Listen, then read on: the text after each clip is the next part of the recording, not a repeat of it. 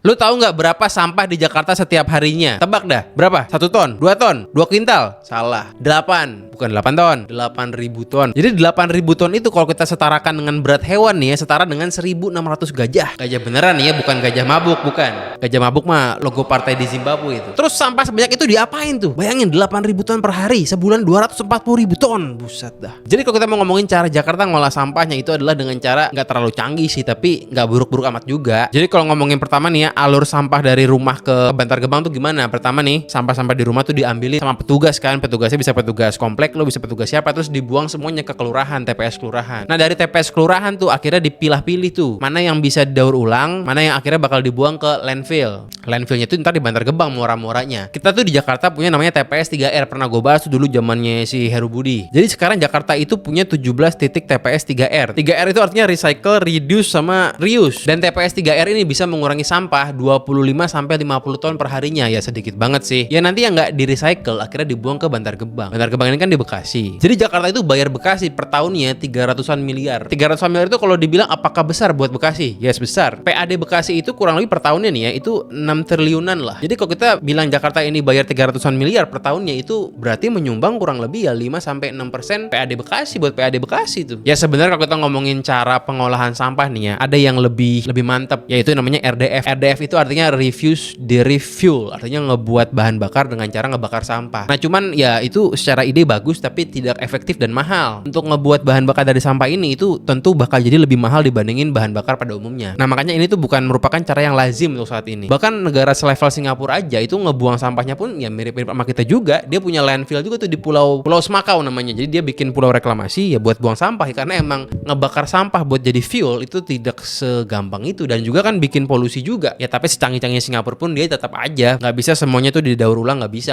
semuanya dibakar, nggak bisa. Ya kalau kita nontonin vlog-vlognya Bantar Gebang nih ya, itu kan emang gunungnya tinggi banget. Buset dah, udah kayak piramida Giza tau gak lo. Ya Bantar Gebang itu buat banyak pemulung ya, merupakan ladang harta karun karena dia bisa menemukan banyak sampah-sampah yang sebenarnya masih bisa dipakai tuh, masih bisa dijual. Ya kita mah pokoknya kalau sama pemulung ya, gue mah respect lah. Pemulung ini pekerjaan yang rajin dan luar biasa. Orang-orang yang mungli tuh ya kebanyakan alasan. Kalau pemulung semangat ya. Ini kita ngomongin pemulung beneran ya, bukan pemulung yang kedok doang. Kan ada tuh pemulung yang kedok doang sebenarnya mah dia pengen minta-minta, ada juga. Ya kita mah belum tahu ya, entah kapan di masa depan nanti dunia ini bisa punya mesin pengolahan sampah tuh yang bener-bener canggih, yang dia bisa ngebakar sampah tapi nggak bikin polusi. Ada apa enggak tuh, dan nggak semahal itu ya, gue nggak tahu juga sih. Nantilah kita pokoknya menunggu profesor-profesor di dalam negeri nih bisa nggak membuat inovasi-inovasi itu. Ya kalau kita ngomongin orang pintar di negara ini nggak pernah kekurangan lah, tapi kan masalahnya emang dana penelitian di negara ini tuh tidak besar. Jadi sepintar apapun orangnya, buat penelitian kan butuh duit. Kalau nggak ada duitnya ya nggak bisa juga.